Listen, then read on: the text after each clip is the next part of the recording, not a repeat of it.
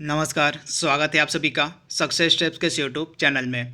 दोस्तों, चीन में जो बाढ़ है उसने बहुत ही बड़ी मात्रा में तबाही मचा दी है। आपको पता होना चाहिए, जो चाइना है वहाँ पे जून से ही लगातार बारिश हो रही है। जून महीने से ही चीन में लगातार बारिश हो रही है जो थमने का नाम नहीं ले रही है, जिसके कारण से जो चाइना है वह पूरी तरह से जलमग्न हो गया है। चाइना के जो कुछ इलाके हैं, कुछ एरियाज हैं, वह पूरी तरह से जलमग्न हो गए हैं और जिसके कारण चाइना है वहाँ पे जो है बाढ़ की स्थिति भी उत्पन्न हो गई है।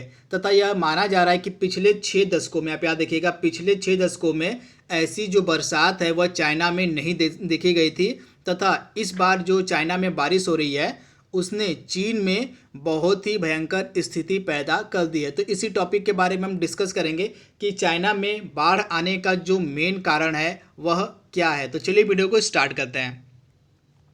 तो यहाँ पे आप देख रहे हैं, बीते 6 दशकों में चीन में इतनी अधिक बरसात पहले कभी नहीं देखी गई, जिसके कारण यहाँ के तमाम जो शहर हैं वो जलमग्न हो गए हैं। लगभग 33 जो नदियाँ चीन की हैं वे अपने जल स्तर से ऊपर बह रही हैं। तो आप यहाँ देखिएगा, चीन की जो लगभग मेन 33 नदियाँ हैं वे लगभग अपने जल स्तर से ऊपर बह रही हैं।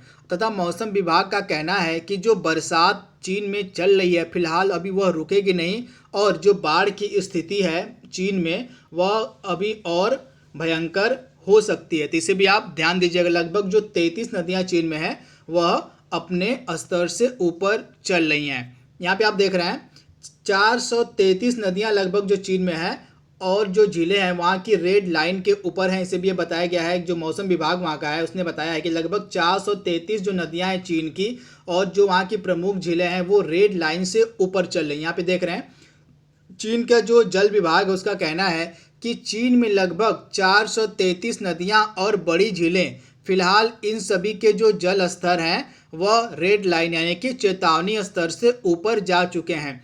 जून की शुरुआत से ही चीन में जो है लगातार बरसात हो रही है। अभी इस सप्ताह भी जो बारिश है वह नहीं रुकेगी। मतलब जून से ही जो चीन में लगातार बारिश है वह चल रही है और अभी एक हफ्ते तक लगातार चीन में बारिश होने के आसार हैं, जिसके कारण से जो चीन में बाढ़ है उसने काफ़ी तबाही मचा दी है। तो इसे आप ध्यान दीजिएगा। लगभग 140 से 150 लोगों के मरने की खबर और लापता होने की खबर भी चीन में आ रही है इस बाढ़ के चलते। तो इसे भी आप ध्यान दीजिएगा। तो यहाँ पे आप देख रहे हैं लगभग 140 या 41 लोग या तो लापता हैं या तो उनकी जान जा चुकी है। तथा चीन में जो यह बाढ़ है, यह भयंकर बाढ़, इससे तकरीबन 28,000 घरों को नुकसान पहुंचा है। तथा जो लोग लापता हैं उनकी तलाश की जा रही है मगर कुछ पता नहीं चला। लगभग ऐसा जो डेटा मैं आपको बता रहा हूँ, जो ऑफिशियल डेटा है चीन की तरह आया गया, जो चीन जो शो करता हुआ डेटा आपको बताया जाता है, तो चीन की जो न्यूज़ है, न्यूज़ एजेंसी, उसके द्वारा बताया गया लगभग अब तक बाढ़ से टोटल 140 लोग या तो लापता हो चुके हैं या तो उनकी जान जा चुकी है। तथा चीन से जो न्यूज़ आई है उसके अनुसार लगभग इस बाढ़ के कारण 28,000 जो घर हैं उनको नुकसान पहुंचा है। तो ये जो न्यूज़ है वह चीन के द्वारा दी गई है।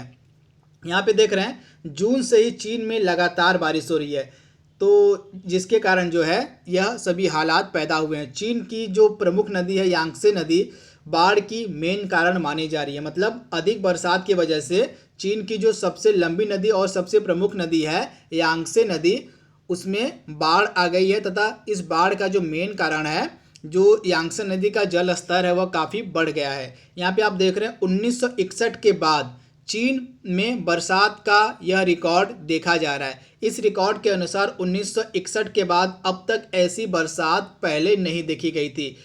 तो इसे भी आप ध्यान दीजिएगा। तथा इस बरसात में और इस बरसात के कारण जो बाढ़ उत्पन्न हुई है इससे लगभग चीन में 140 से ज़्यादा लोग मर चुके हैं या तो लापता हो चुके हैं। इसके बाद यहाँ देख रहे हैं, ये जो बाढ़ की स्थिति है यह उत्पन्न कहाँ से हुई, तो बाढ़ सबसे पहले वुहान, आपको पता होगा वुहान से ही जो है कोरोना वायरस की उत्पत्ति मानी जाती है। तथा वुहान से ही जो ये बाढ़ है यह उत्पन्न हुई। यहाँ पे देख रहे हैं जो वुहान शहर है, वह वुहान शहर से ये जो यांगत्से नदी है वह गुजरती है। वुहान का एक प्रांत है हुबई प्रांत, तथा यहीं से जो है यांगत्से नदी गुजरती है। वुहान इसी प्रांत की राजधानी भी है। वुहान से कोरोना महामारी की शुरुआत हुई थी जैसा माना जाता है। तथा रिपोर्टों के अनुसार बाढ़ का सबसे बुरा असर जो हुआ है हुबेई प्रांत पर ही पड़ा है। तथा यहाँ पे करोड़ों रुपए का नुकसान भी हो चुका है बाढ़ के कारण। तो इसे आप ध्यान दीजिएगा।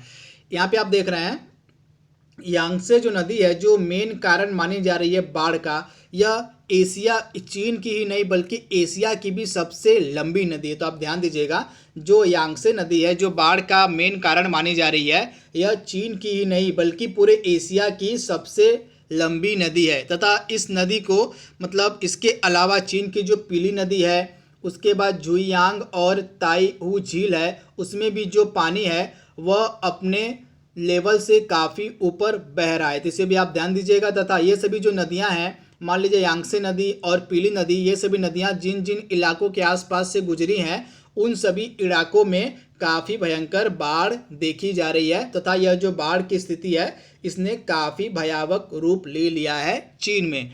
तो इसे भी आप ध्यान दीजिएगा। यांगसे नदी जो है यह चीन की सबसे प्रमुख नदी है और यह एशिया की सबसे लंबी नदी भी है। यह तथा यह मेन कारण बाढ़ का मानी जा रही है। तो इसे आप ध्यान दीजिएगा। तो दोस्तों यह छोटा सा वीडियो था जो चीन में बाढ़ आई है उससे रिलेटेड। तो आई होप आपको वीडियो पसंद आएगा। तो आज के लिए बस इतना ही। Thank you, thanks for watching, thank you.